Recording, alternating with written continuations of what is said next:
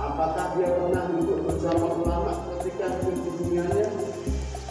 Pernahkah dia duduk bersama-sama makan bareng-bareng sama ulama? Pernahkah dia mencintai seseorang yang seseorang itu mencintai ulama? Aku akan memberi ampunan dosa-dosa yang dia jalani, kata Allah kepada malaikat.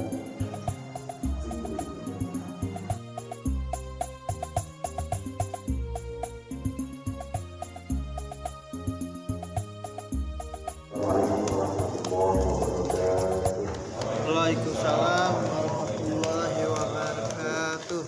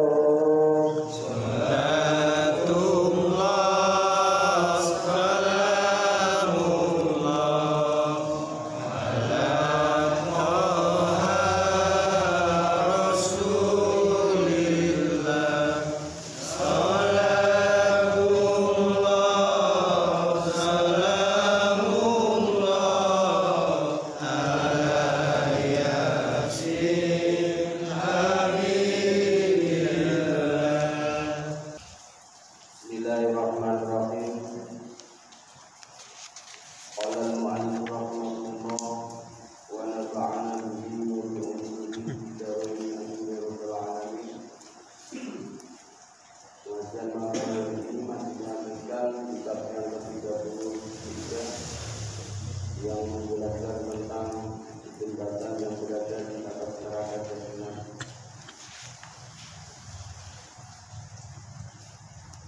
Di halaman yang ke-33 dari atas urutan yang ke-33 di arah sebelah kanan.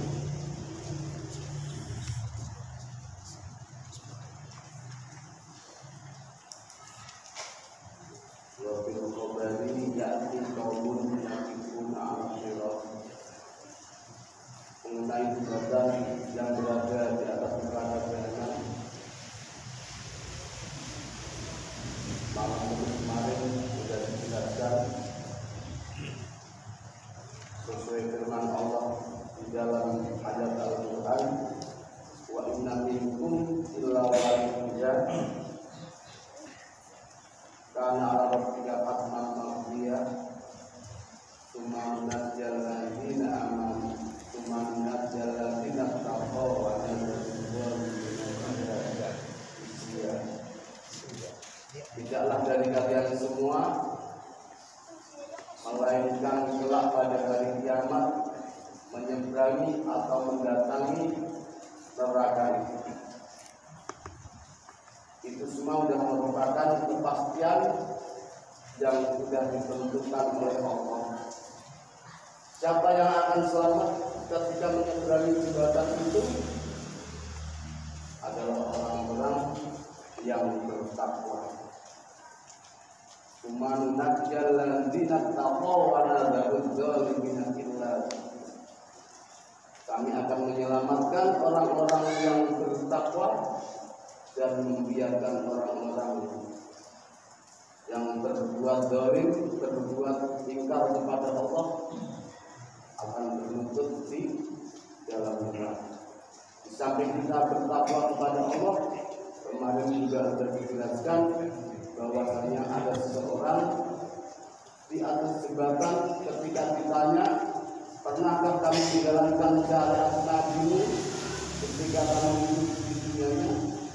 Ketika dia menjawab tidak, maka orang itu akan terkubur di dalam neraka. Sambil kita bertakwa kepada Allah, harus banyak menjalankan syariat-syariat yang diajarkan oleh Nabi kita Muhammad SAW. Dan itu kita banyak membaca selawat, sholat di yaumul qiyamah, kita berharap syafaat dari beliau. Wabil khobari, keterangan di dalam hadis, yakni datang kaum sebuah kaum, satu kaum, yakni guna berdiri, yakni guna mereka berdiri ala sirati, di atas jembatan. Wayakuna, dan mereka berkata, man siapa yunaji, nah dia menyelamatkan kami minan nari dari neraka. Walayat jasaru, dan mereka tidak bergerak maju alal mururi, melewati alaihi kepadanya. Faya berguna, maka mereka menangis. Faya si, maka datang Jibril alaihissalam, maka Jibril alaihissalam. Faya guru, maka dia berkata lagi kepada mereka, mana apa yang menghadami kalian semua, antak biru, hendaklah kalian semua melewati. Datang sebuah kaum yang berdiri di atas jembatan. Dia tidak bisa bergerak maju, mundur tidak bisa, maju tidak bisa, diam ada di atas jembatan. Lalu dia berkata, siapa yang akan menyelamatkan kami dari kobaran api neraka ini? Lalu orang itu, kelompok umat, kelompok kaum yang berada di jembatan tadi nangis. Setelah orang-orang yang berada di atas jembatan tadi nangis, dihampiri oleh malaikat Jibril. Apa kata malaikat Jibril? Hai kaum-kaum yang berada di atas jembatan, kenapa kamu tidak menyeberangi jembatan ini? Dan apa yang menghalangi kamu sehingga kamu tidak meneruskan perjalanan untuk menyeberangi jembatan ini? Apa kata mereka setelah ditanya oleh malaikat Jibril? Kami takut kepada api neraka, kata orang-orang. Setelah itu malaikat Jibril berkata, bagaimana ketika kamu hidup di dunianya menyeberangi lautan, di saat lautan luas terbentang, airnya dalam? Dia menjawab, ketika aku melihat lautan yang sedalam itu, airnya dalam, kami menyeberanginya pakai perahu. Begitu juga orang-orang di jembatan ini, di saat ditanya oleh malaikat Jibril, bagaimana cara kamu melewati jembatan ini? Orang ini merasa takut, lalu dicontohkan bagaimana di saat kamu hidup di dunianya, ketika hendak pulang kamu ke halamanmu menyeberangi lautan. Orang ini menjawab, di saat aku hidup di dunianya, ketika menyeberangi laut, aku hanyalah memakai kapal atau perahu. Bayati, lalu datang menghampiri orang itu tadi, dibawakan sebuah masjid. Yang masjid itu dulu pernah dibuat sholat di saat hidup di dunianya. Masjid yang berbentuk perahu, kemudian orang-orang yang berdiri di atas jembatan tadi semuanya pada duduk dan bisa melewati jembatan itu. Dikatakan kepada mereka, hari masa hidup, kendaraan yang kamu naikin sekarang ini, perahu yang kamu naikin sekarang ini, yang berbentuk masjid yang berbentuk perahu ini adalah kendaraan,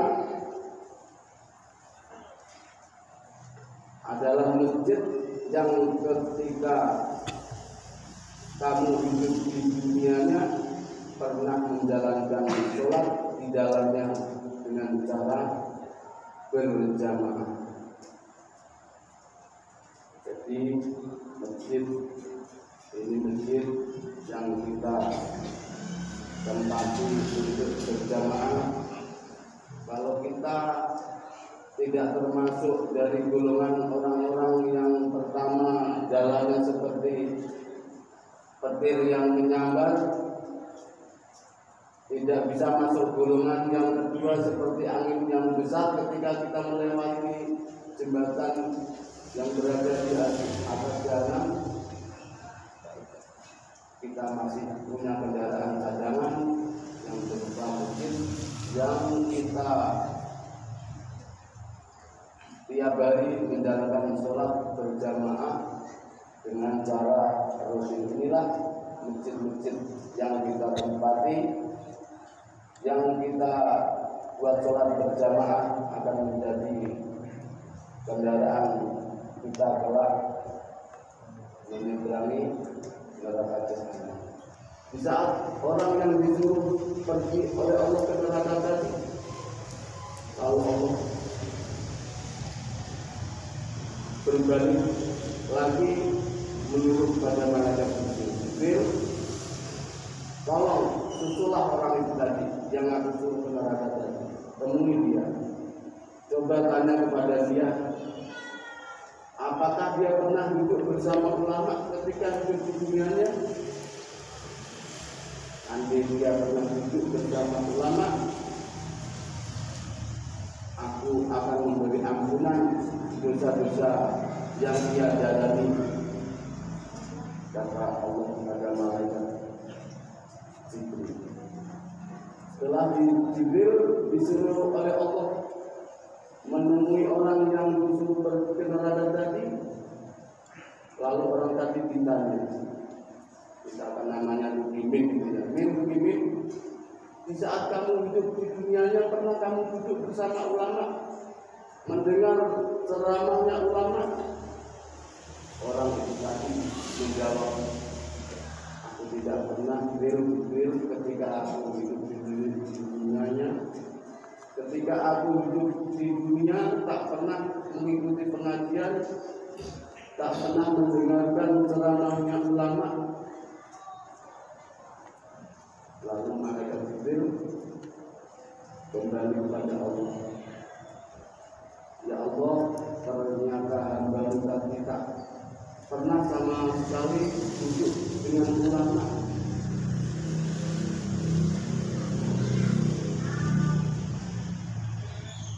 Lalu malaikat Jibril berkata, ya Allah, ya Tuhanku, Engkau telah yang lebih mengetahui keadaan hamba. Lalu Allah memerintahkan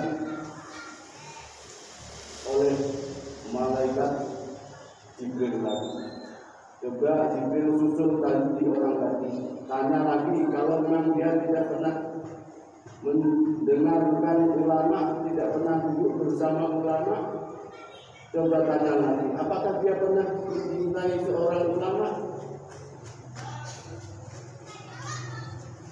Dalam malaikat Jibril disuruh oleh Allah untuk menanyai orang tadi, malaikat Jibril bertanya, pernahkah kamu ketika hidup di dunianya merasa senang dengan ulama? Orang tadi juga menjawab, tidak pernah. Aku juga tidak pernah mencintai ulama, tidak pernah duduk bersama ulama, tidak pernah mencintai ulama. Lalu Allah lalu mereka juga berkata, orang tadi tidak pernah mencintai ulama sama sekali, ya Allah. Lalu malaikat Jibril disuruh oleh Allah lagi, coba Jibril tanya lagi pada orang tadi, pernahkah dia duduk bersama-sama, makan bareng-bareng sama ulama?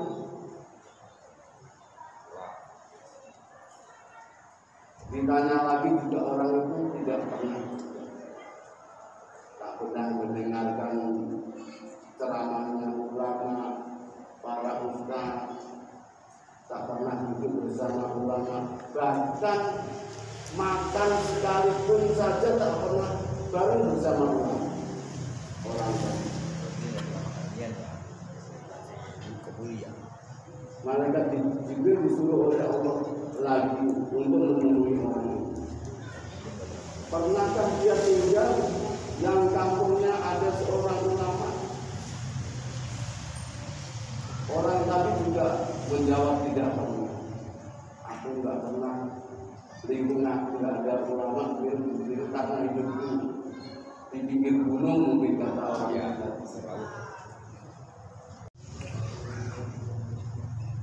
Lalu malaikat Jibril menemui Allah lagi, ya Allah, hambamu tadi juga lingkungannya nggak pernah ada ulama yang berceramah kepada dia. Lalu malaikat Jibril ditanya lagi, coba susul lagi orang itu tadi Jibril, pernahkah dia mencintai seseorang yang seseorang itu cinta sama ulama? Ini sampai kayak begini. Coba susul lagi Jibril, orang yang akan turun di neraka tadi, coba tanyain dengan terakhir kali ini, pernahkah dia mencintai seseorang yang seseorang itu mencintai ulama? Orang-orang yang demen ulama itu sampai yang terakhir kalinya malaikat Jibril bertanya kepada orang.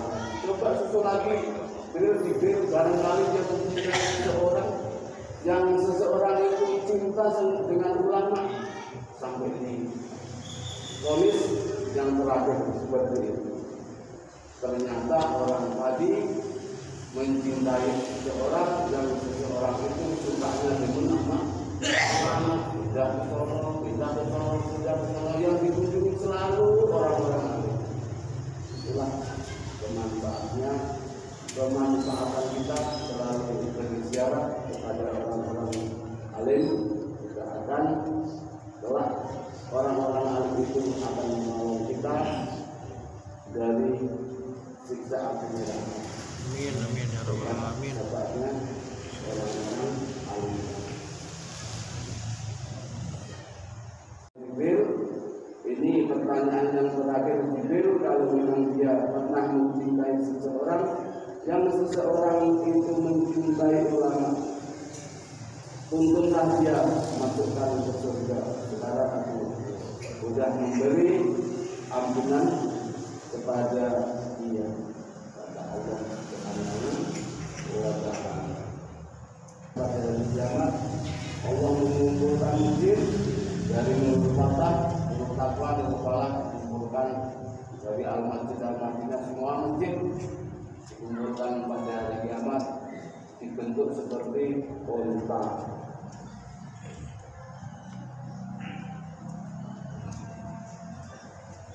Bentuknya seperti unta, yang kakinya terbuat dari intan, lehernya yang terbikin dari alkohol, kepala dari minyak fisik yang sangat harum baunya. Siapa yang mengendarai masjid-masjid itu tadi, orang-orang yang suka berjamaah, ahli jamaah. Tukang adzan yang memegang kendalinya, imam akan mengiringnya. Siapa ketika udah lewat disiarkan di situ, wahai penghuni arena kiamat, lihatlah ini bukan malaikat, bukan para nabi, tapi ini adalah umat Muhammad yang ketika hidupnya sering menjalankan sholat dengan cara berjamaah, terutama di masjid Taqwa. Bacanya, Amin. Bayu nanti ya adalah Rasul ma'aulai minal malaikatul muqarrabin wala minal anbiya'i mursalin bal haula'i minal Muhammad. Siapa penghuni arena kiamat? Ini bukan para malaikat yang jalan ini juga bukan para nabi, tetapi ini umat-umat Nabi Muhammad, yaitu orang yang sering menjalankan sholat secara berjamaah. Sholat umat Nabi Muhammad akan menonjol sendiri ketika ditentukan di padang mahsyar. Dijelaskan bahwasanya Allah menciptakan malaikat yang diberi nama Dardail.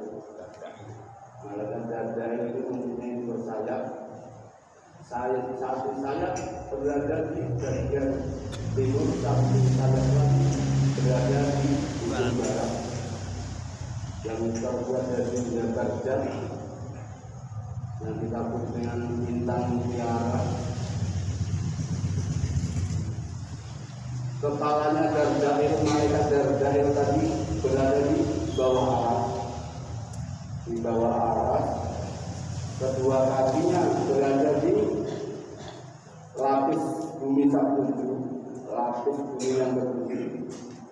Setiap malam Ramadan dia selalu memanggil setiap malam Ramadan dari maghrib sampai terbitnya fajar menjelang kita mau bersahur.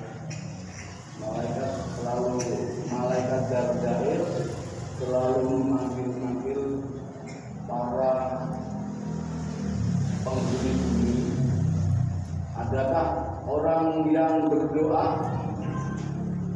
Kalau ada orang yang berdoa akan dijaga doanya.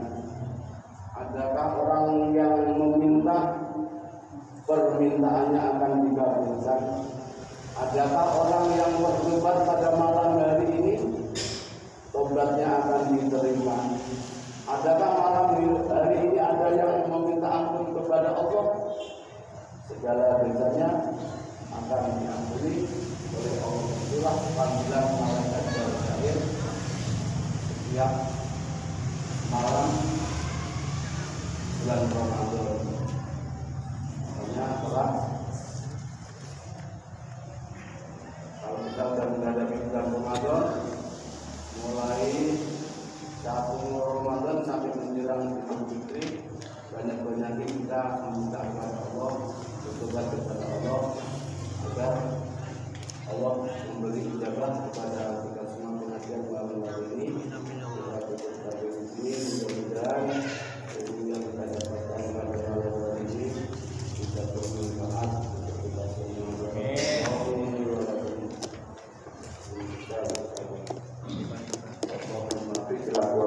Wassalamualaikum warahmatullahi wabarakatuh. Walhamdulillahi turjan samatu muliyaulimina awalimusaki ya rabbil musrafa kalimaqidana wa bilana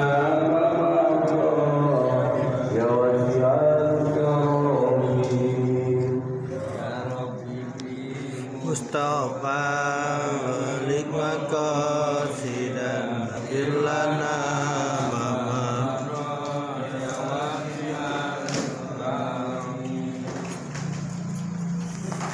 Alhamdulillahirrahmanirrahim. Terima kasih kepada guru kita Dr. Fajrul Jaza yang guru sampaikan pada malam hari ini. Kayaknya pada PD semua langsung kayak ini. Alhamdulillah. Mudah-mudahan sekali lagi ilmu yang dapat malam hari ini dan di malam-malam yang lain sekali lagi menambah keimanan dan ketakwaan kita kepada Allah Subhanahu wa taala. Meskipun peluangnya surga insyaallah banyak peluangnya, tapi tak pada lena. Kan gitu. Insyaallah nanti minggu depan akan ada ilmu yang lain yang dapat kita ambil. Mudah-mudahan kita bisa istiqomah, bisa hadir, bisa meluangkan waktu. Kita tinggalkan aktivitas kita di rumah, kita tinggalkan aktivitas kita di luar untuk sholat ini kemari. Sama-sama kita akhiri dengan sama-sama kita membaca alhamdulillahirabbil alamin. Assalamualaikum warahmatullahi wabarakatuh. Waalaikumsalam warahmatullahi wabarakatuh.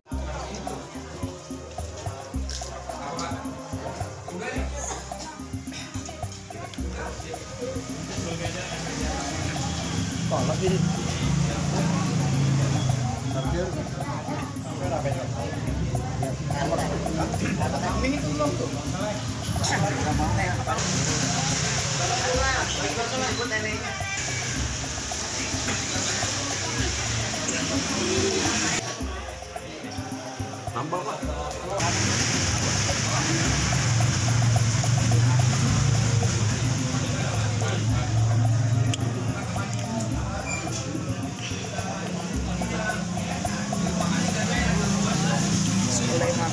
Soleh makan.